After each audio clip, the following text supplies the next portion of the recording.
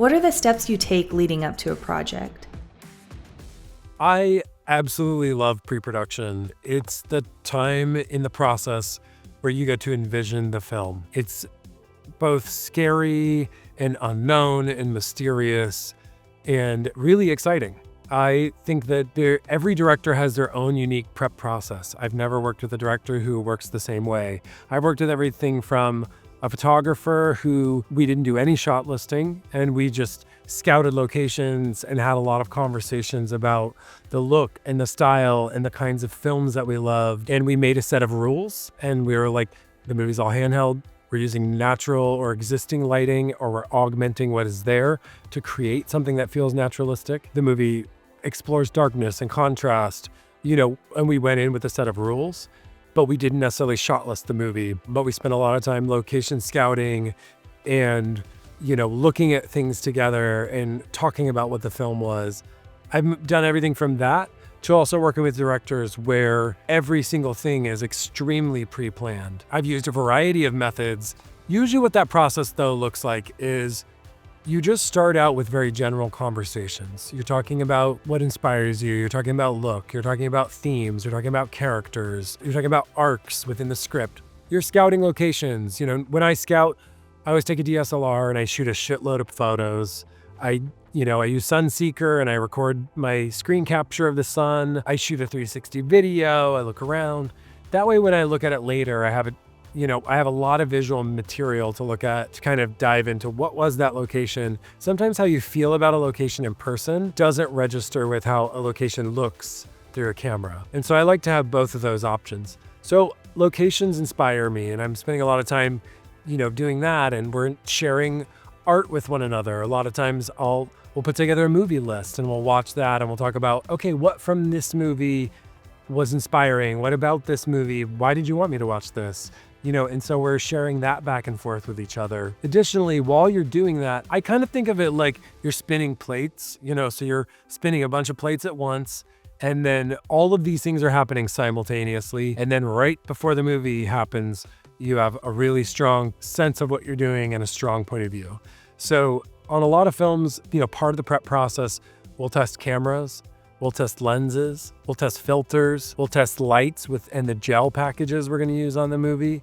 We'll look at the wardrobe and we'll look at the actors, and the makeup. And when you're testing with the actors, you're moving a light around them and seeing how do they look with top light? How do they look with side light? How do they look with backlight? You wanna know what that the most difficult lighting situation you might end up in with that actor is, so that you're prepared for how, they look better from this side, and it also creates trust with the actor. So it's actually like this entire, process. Along the way though, as you're having these conversations, you're talking to the production designer, you're talking about the color palette of the movie, and you're talking to the director in this process.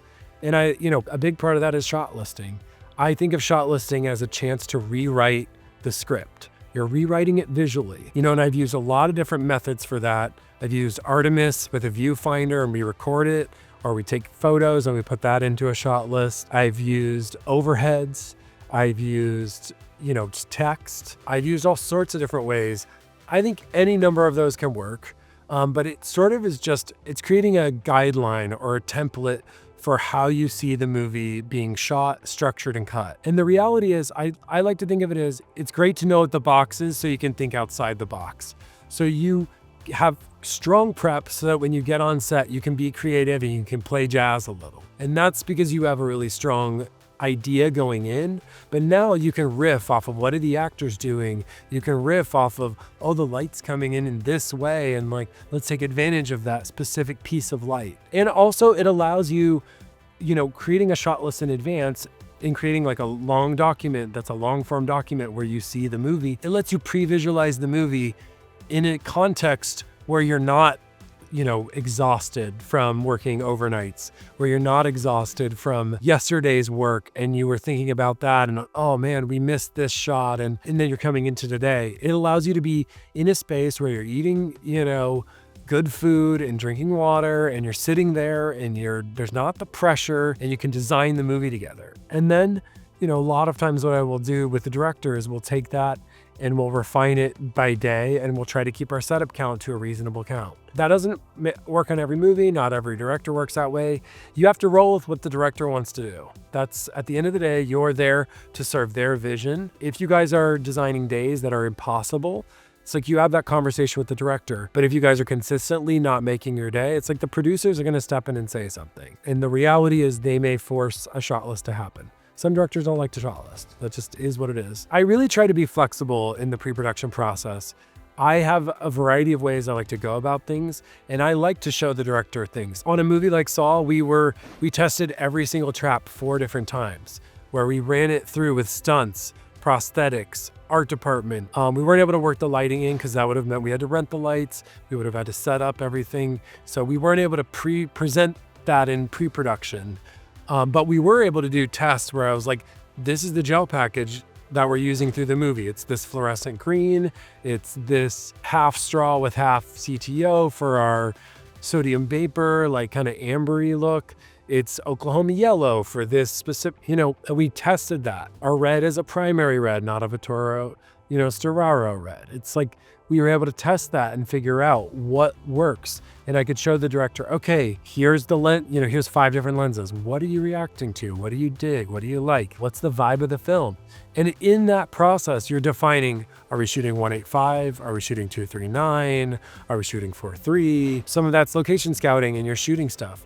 If you're rehearsing with the actors, I'll just go sit and be a fly on the wall and you see, okay, these are actors who really like, you shot listed this. Well, you might have blocking in mind, but those actors a lot of actors don't do well if you just tell them exactly what to do. They need to find it. They need to emotionally invest in what it is. And so you want to give them that space. That is a little bit of flow that you have to get into. And so it's kind of finding that rhythm, and the main point of pre-production is to develop a community of trust so that when you get into the trenches and you're making the thing, you guys know what it is you're doing, kind of like what are our anchor points, visually, emotionally, thematically, and then you're able to take that and hold on to that as you face all the challenges of every single day. It is about building relationships with your other department heads, because you want to be able